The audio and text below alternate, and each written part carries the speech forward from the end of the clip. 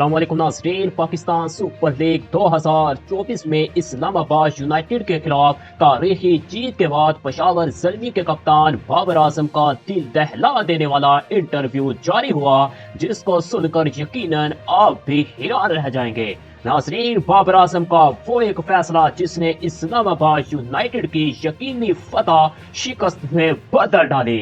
नाज़रीन, बाबर आजम का इंटरव्यू के दौरान क्या कहना था?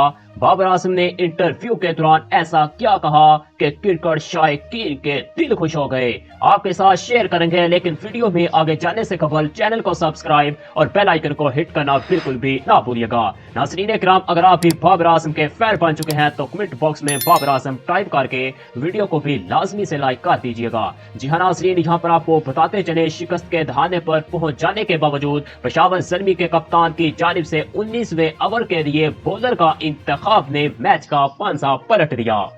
जी हाँ नाज़रीन, पेशावर ज़ल्मी के कप्तान की जानिब से किसी फास्ट बॉलर के बजाय लेग स्पिनर आरिफ याकूब को 19वें ओवर देने का फैसला मैच का पांजा पलट गया। आरिफ याकूब के कवर ने बाजी पलट दी और इस्लामाबाद यूनाइटेड जीता हुआ मैच हार गई। नाज़रीन, इस बड़ी तारीखी जीत के बाद पेशावर ज़ल्मी के कप्तान बाबर आजम का इंटरव्यू के दौरान कहना था, मैं सारा क्रेडिट आरिफ याकूब को दूंगा, जिस तरह की उन्होंने बॉलिंग की और हमें एक हारा हुआ मैच जितवाया। जिसके बाद नाज़रीन, बाबर आजम का इंटरव्यू के दौरान मजीद कहना था, मैं आज बहुत खुश हूं कि मेरी वालदा भी आज का मैच देखने आई और मुझे खुशी है कि मैंने आज अपनी वालदा के सामने शानदार सेंचुरी स्कोर की और अपनी वालदा को एक कीमती तोहफा दिया।